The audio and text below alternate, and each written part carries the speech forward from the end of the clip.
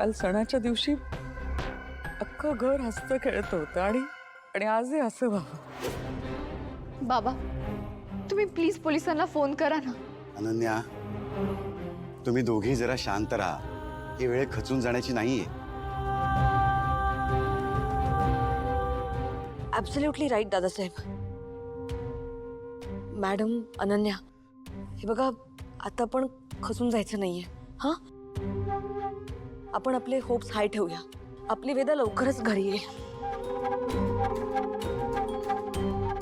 हो ना, वेदा आजच घरी आली ना तर सोन्याहून पिवळं होईल अगदी। मी देव पाण्यात ठेवू का?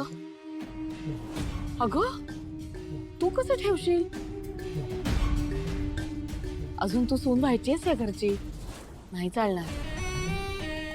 मी देवापाशी दिवा लावते। अरे दामोदर काका, हा, दामोदर, काय झालं? काय म्हणाले पोलीस? मी इन्स्पेक्टर सोनवणेंना भेटलो, त्यांनी तपास चालू केलाय, काळजी करू नका। तपास सुरू केलाय ना त्यांनी नक्की? हो, तपास सुरू केलाय, पण पूर्वी कसं होतं ना, कायदा वेगळा होता। म्हणजे एखादी व्यक्ती हरवल्यानंतर 24 तासांनी पोलीस कंप्लेंट लिहून घ्यायचे आणि मग तपास सुरू करायचे। पण आता कायदा बदललाय आणि त्यात लहान मूल हरवलं ना तर पोलीस यंत्रणा लगेच कामाला लागते आणि तपास सुरू करते। त्यामुळे आपली वेदा सापडेल, काळजी करू नका। हो हो, आपली वेदा नक्की सापडेल।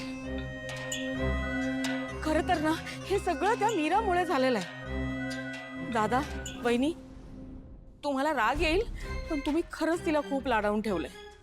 ती नोकरांची कामं करतच नाही। आता मला सांगा, कुठला प्रामाणिक नोकर ही अशी एवढी मोठी चूक करेल सांगा? नर्मदा, यात प्रामाणिकपणाचा प्रश्न कुठे येतो? वेदा लहान आहे। मीराची नजर चुकून कुठेही झालं तिला कितीसा वेळ लागणार आहे?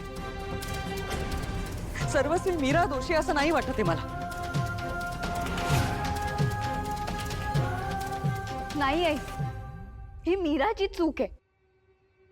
वेदाच्या बाबतीत हा हलगर्जीपणा मला नाही आवडलाय।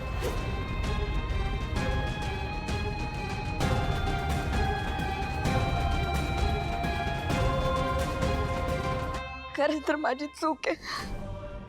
मीच कमी पडले।